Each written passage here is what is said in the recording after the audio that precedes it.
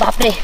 हम तो सोच के जात नहीं कि भतीज पतो है बाड़ी से खूब किस्म किस्म के बनवाई बा खाई नहीं नहीं आइल भी पतो अब का चाहिए अब तो खाली ऑर्डर कर गोब दिन बना के गरम में आ जाई बियाह में ना होनी तो कम से कम भाई बाद में जाता नहीं तो जवन चीज बियाह में कुल बना रहे सब बनवा खाइम ना हो।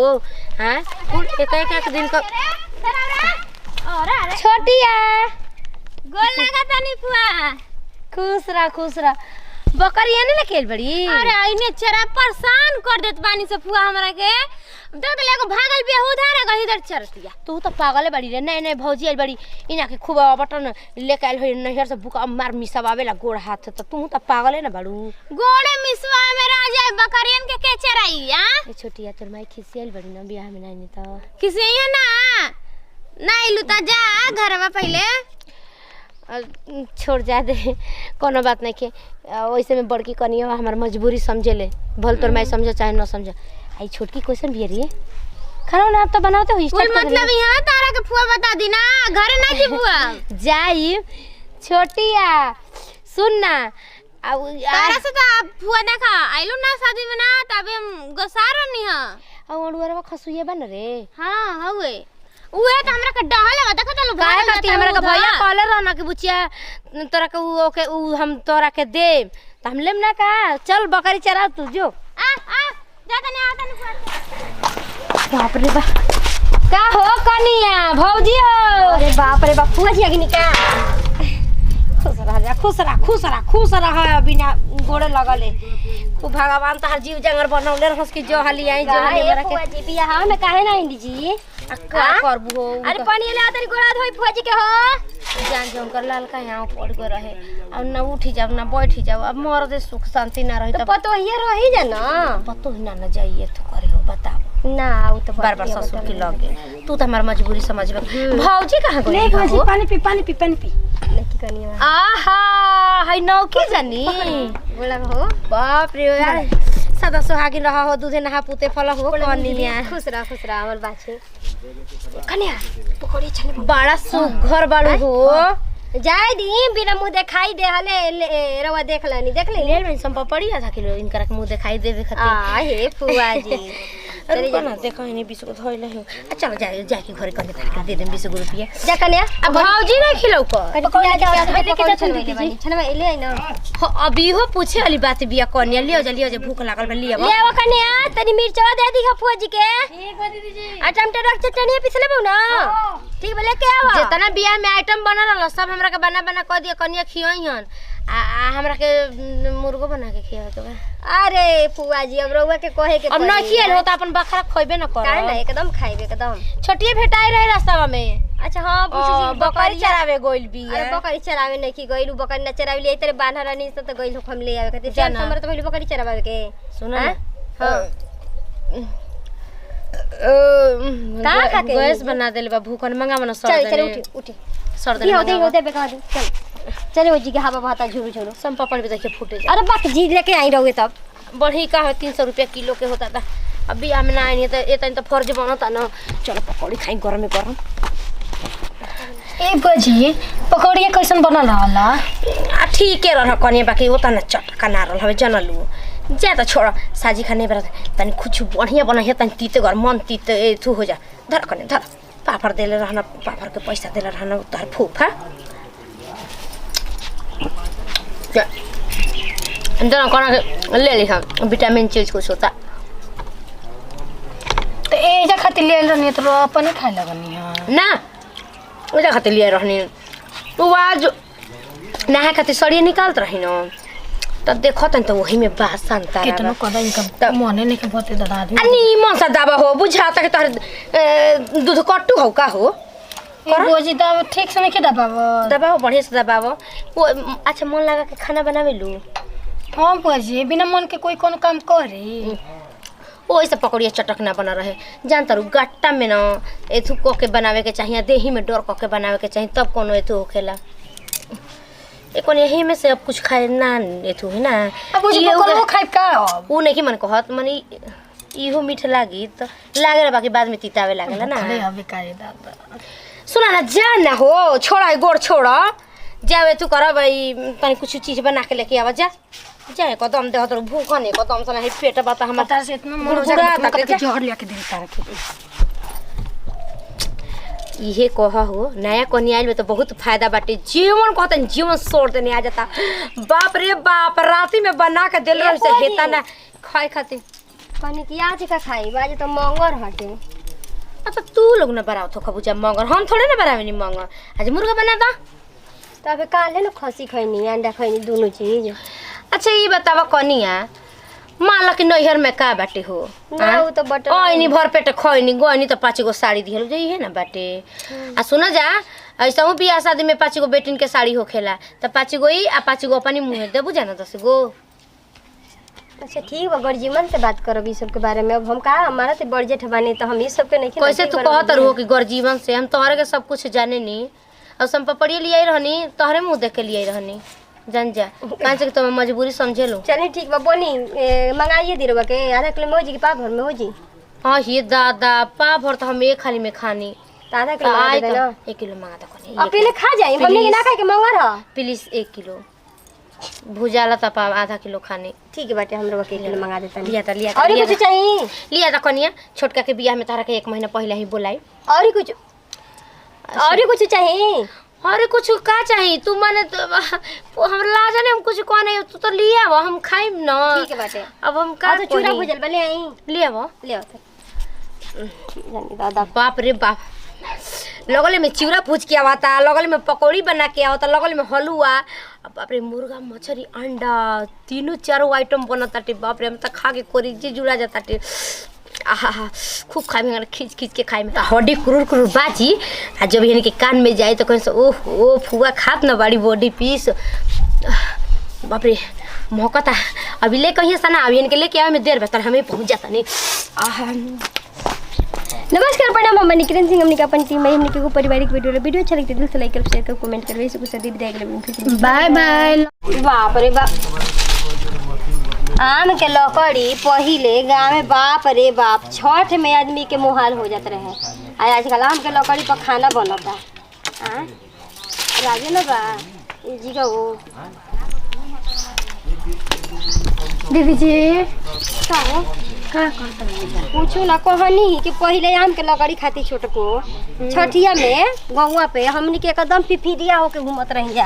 आम के लकड़ी बटोरे खाती आजकल हमनी के घर में आम के लकड़ी पर खाना बनता। तो देखत नहीं हर जगह आम के पेड़ लग गइल त भाई सबके अथी हो गए। अच्छा ससुरा बना ससुरा में जानते बड़ू सब के राज बाटे ससुरा के मालिक मम्मी जी खा लेली ना जी दीदी सुनी उहे तो बतिया हम कहे आइनी कि बूढ़ी का भइल बइन त समझ में नहीं क्या कल राती खाना खवी त हमरा से कहे के भुला गई आ फिर अबले नहीं खी खइले बताई शाम होके के बुढ़िया खाना नहीं खइले नहीं खाता बता ना का मन कोनो बातो बताई कि हमरा हई चीज के दिक्कत बा चाहे हई बात बा कुछ ना कहत नहीं ना सुनत नहीं खाली ऐसे ही गुमसुम लगौले बानी। बाप रे अब रोजे न पूछम बजट बन तो हम का पूछिम कल बताई। चलो ठीक बा पूछा तनी कहनी कि चरौरिया चलो ना पार दिन जा घाम में होता टे बुढ़िया हमनी के खाली नावे खातिर बूढ़ बिया एक थरिया खाए खातिर बूढ़ बिया अभी जा तनी देखो तनी काहे बीस माधल बाड़ी कहनी कि हमनी के सब करे के पड़ी छोटको अब चली कोयले न जाई दीदी चरौरिया पार दिन जा दौड़िया पार दिन जा ताकि बरसतिया में दौड़िया के सब्जी निक लागे। हां ई तो बात सही है। हां आज हमरा गवाले दाल दलहन आइल बाटे मल खुदी उदी मम्मी ले कहनी कि भेंदी है भतुआ खाली जोगाड़ करे के बा कोनो लइका बा तो कह न कि बबुआ 10 गो 5 गो रुपया दे दे ई सब सास ने जुटा के लियावे निसन हो तो सास जब बीस माधल भाई त का करो बताई अपने से जोगाड़ करे के बाप समझे कि सास हम खाली नावे खाती बानी। हां उ तो बटला ही बाटे चलो तो चरौरिया दौड़िया पार दिए ना। हाँ पार दी जनते रहेला न भदौरिया में ठीक करेला सब्जियों ना आवेला मान ली कि बारिश होते रहेला आदमी जा ना पावेला तो घर में जौने रहेला तो आदमी बना लेवेला। सही कहत एक तो देखनी कि गोभी सुखवा के रख दियनी। हां बुची जी का ट्यूशन उसन गई नहीं बुची जी हां गइल बनी बोला तबे घरे तो नहीं खी आता पता नहीं खेला तो वहाँ के तो खाद पियत बानी तो ठीक बाड़ी अपन हंसत खेलत बाड़ी लइका बाड़ी तो लेकिन बताई बूढ़ पुराने हो के काहे बीस मादल वाली हटत तनी देखत तनी तनी सुनो ना बकरिया के ले जाके पानी पिया देता कपार पे लुका धला कोई देखी तो हां जा का करे धला कपार पे बढ़िया से लुगा यही तरह सब कुछ आंख रहता कि कन्यावा निकलते से कन्यावा निकलते से सास नहीं निकलत हमरे को ना निकल जा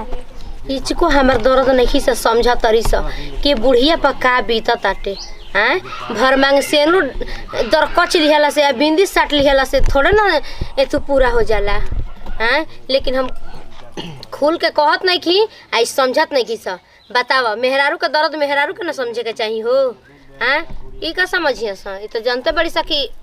हमार भतार हमारी लगे बाटे तो पहले तपल कहता नहीं तो वो नहीं कि सुनती ज्यादा ना खाइम भल से मर जाइम बाकी खाइम ना।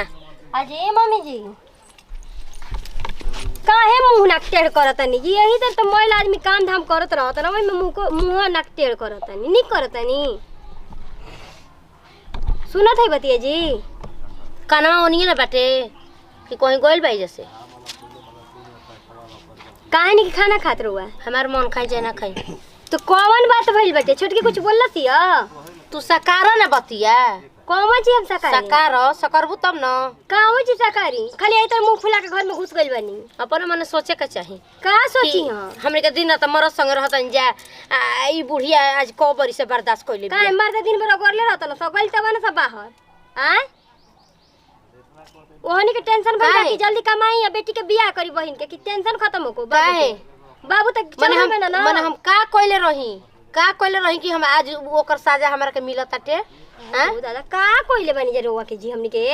आय बूढ़ा 12 साल से गइल बना के जन कहां बिलई ना मर गई नतिया का बेटा उलट गई कावा ची उनकर के अथु हमनी के कइले बनी जा कहिए कहनी कि हमर मांग धो दस बाकी ना धोबली स ना धोबली स तनी के मरल बना के जियल मने काहे के ती मांग धो दिन जा जब ओते पता नहीं के तो का सेनुरदर कचली हला से मने एतु हो जाई ढेर जाई देही और सुहाग बनल बा ना हम नहीं जाना हमके उ सुहाग अब ना चाहिए हाँ। हमके दूसर सुहाग चाहिए दूसर सुहागी का कहता नहीं जी मरद चाहिए हमरो के भाई हमरो बियाह करे के मन करता है बियाह करो आजी रोवा बराबर और बेटी भइल हमनी के हेडक भइल बाकी बेटी के जल्दी बियाह करी जा रोवा कहता नहीं हमार बियाह होई हमार बियाह हो जाए ओकर बाद बेटी के अपन देखत रहिए जा आइम ससुर से तो हमो कुछ दे देम करी बियाह में ढेर नहीं के होखत मरे कामची ढेर होता टे बतावा ना हमनी के मुंह देखा कामची कह के गांव समाज रोज रात में ना हमर हैया त मैं रोवत टे। अच्छा रे बताई कि कौन चीज बता के और बियाह करे के बताई ना रुआ कह दे के मैं बोनो न बड़ी तनी मोटाइला के वजह से बियाह ना भई आई हो राम भौजी बन जे जा कुछ पल खातिर भौजी ने खोजे बन सकत कार हुआ तूने तो पाना कइले बनी जी जी गा हां हां त जा जा त बेटा जने जे खड़े न चिताने न गिरियन जा हम नहीं जानता नहीं हमार बियाह करेबू तो ठीक बा नहीं तब खाई ना भले जान दे देबा अपन। हेलो गोड़ लागत देखी रा और माई बीच माधल बाड़ी हां आज पता चलल कि खाना नहीं खइले रातो के आजो के आ तोड़ तोड़ लड़तानी ली बतिया ली रो फोन करके बतिया के ना चाहिए लीजिए अरे ली ही जी बेटा हमन बोली बोली बोली तार से कह दिन तू कह दे तू हेलो खुश रह अबू का कइले बाना हां बियाह करे के त कहत नहीं हां रे ना ला जाब का खातिर ला जाब रे ला जाई नहीं बहुत ला जाली हनी ठीक बा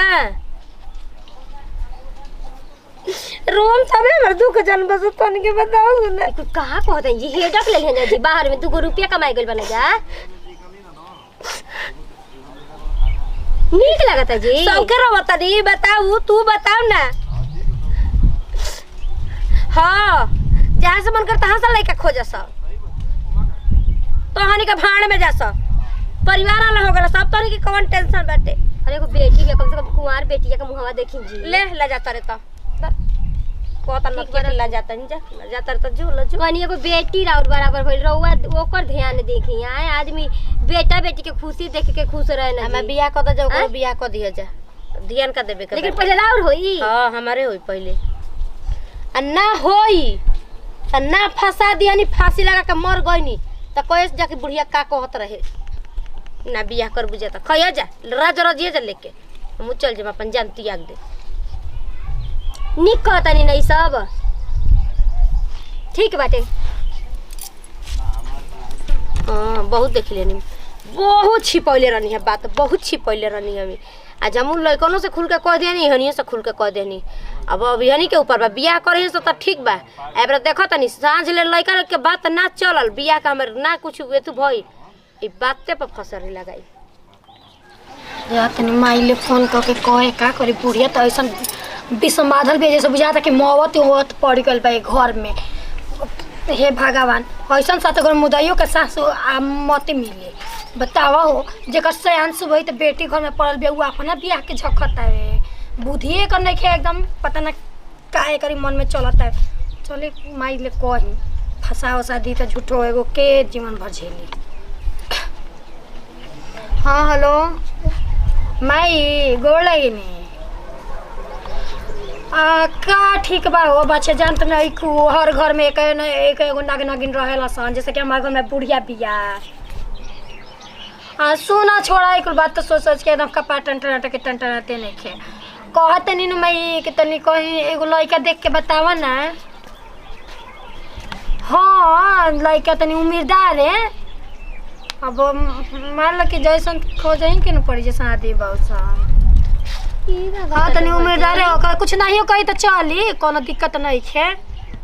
हाँ जगह जमीन घर द्वार रहे खातिर बस उतना बहुत बा। हाँ हाँ तनी खोज के बताओ ऐसा खोजा न कि कल चट मंगनी पट बियाह हो जाओ का कल जाओ। हाँ अब भाई बिसमाद पार ले घर में मौत डल तो बढ़िया नु बा हो कि होने अपन जगह भौजी बिस्माद पड़ल हो। अरे रुके बुझे बताते हाँ ठीक बा मैं तो हमके बताई हाँ ठीक नु रखा तनी गोड़ लागे नी के करा के लगे खरीद कतल जैसे नहीं तैसे नहीं मिली। अरे तो रोरा के ना जी पूछ रो के तो राजकुमार जैसन हीरा खो जाई तो के करा खातिर लइका खोजतल। अरे माई के जवानी छटकता नु उनकर जवानी उफान मारता रे बियाह करी हन कह तरी कि बियाह ना करबू से तो हम तनिके फंसा दे मर जाई फांसी लगा ले। ई का कतल भौजी बा ऐसा हमर माई कहिए नहीं सकेले देखा माई झूठिया का मत लगा। हां उ तो हम जानते बानी कि कितना मुरझाई रसो रही तो अपने और खिचिए बुची नहीं खे सच तो जाके बड़की भाभी ले पूछी अपनी भैया ले पूछी उ झूठ बोली लो हमनी के बोलब जता रमाई खुद अपने बेटा से सीधा कह तरी कि हम बियाह कराव सन हम फंसा दे। बताई हसन मातारी होले कोई के नाती पोता वाला हो गई ऐसे मत कह माई वो ऐसे कहिए नहीं सकेले हम जानत नहीं कि माई के वो तो हम रह के जानते बनी कि हमार बात पर विश्वास ना हो जा तनी अभी माई से पूछो जाई पूछी झूठिया का अच्छा रंग लगावता है। अरे बाप रे खूब नु सही कहतन जान के माई नु हम के तान का है जनू यही से रो हंसतनी बताओ हमनी के कौन घटल बा उनका पाछ रंग लगावे के वो बुढ़ौती में उनका नु उफान मारता वे देह कहला में नहीं खे। बताओ हो दादा हसन सासू होले के के हे भगवान हे पश्चिम के काली माई असल सासू सात घर मुदैयो के मत दो कि जन अपन बेटे पतो ना चिन्हे समझी में नहीं खेत हम ढेर मोट लागतनी की कहता के हम ढेर मोटा होल बनी हम तो कुआं माई का हम कुल सुनतानी रे का रे देख भौजी रिकॉर्ड ने के मुता आपका माई का शादी करके कुल हम कहां सुनतानी रे। अरे तो सुना तारी तो दूरे से सुन के रहो ठीक बा लड़की है तू ई सब से दूरे रह ठीक बा ई सब के फेरा में तू मत पड़। हां जब सुना तारी जब सही हां करम ना रे तोर नया पापा ना मुझे हल ले बनी रे नया पापा तोर नहीं हो तोर बियाह में आईम लहंगा पहन के आई उनका रख लेके तोर पापा के संगे। अब तू इहे बताओ हमर हम केने वर्ष मोट लागत नहीं बताओ तो मोट के छोड़ ना पहले तू शादी कर लेबी तो हमारा के भौजी का करियन जाओ का करियन जा तोरो बियाह को दिन तू अपना घर दुआरे रही जो हट भागे जैसे तू एक तू शादी करबी। अरे हो रे जो हट भागे जैसे हम भागी रे हां हमरा के भगाओ ताली तो हमरा के भगा के किधर तू मतलब शादी करेगी बिना किधर हमार शादी कर ले फिर अपन कहीं मुइहे चाहे जी अच्छा हम मुम चाहे जी हम ठीक बा जा उहलो से कह हमारा से मत कह ठीक बा हम तो खुदे अपन फेरा में पड़ल बनी तोहरे फेरे में हम केंगा नहीं हम झूठ मानता नहीं भौजी कहत रहनी है जाता बाकी तू हकीकत में हो गल कि तू सही में जाता शादी करे। हां तो हो गई जो ऐसे जो कहत नहीं कि हमारे फेरा में मत पड़ जो ऐसे हमारे से दूर हो बाक आंखें के सोचा से हट जो पापा अब नहीं यहां गइल बनता के धरो तार पापा हेती चुकी ना रहलू भूच चलत ना रहलू घिसिरावत कहल तार पापा पूछल बोला ना अबे मांग धो अबे धो चल जो जल्दी हमार सुन जो होने के संग रहिए ढंग से जो बा ए जे तोर सुने के नहीं खे बाप हो बाप ये करो से कह दिहली साहब आ चल बेटी जानो चाहे बेटा जानो चाहे पतो जानो केहू जानो हमार केहू से केहू का मतलब नहीं के बस हमारे ई बुझाता कि हमारा बियाह करे के बाद दूल्हा कहीं जाए के बाद। अब ये करेंगे हमारा कुछ नहीं खेलो बस हम जान गल बन तो जान गल बन। अब ये बात बाटे। नमस्कार प्रणाम हम किरण सिंह हमनी के अपन टीम भाई हमनी के एगो एंटरटेनमेंट वीडियो अच्छा लगता है दिल से लाइक करो शेयर करो कमेंट करो ऐसे कुछ सदी देख ले वीडियो में। Bye by.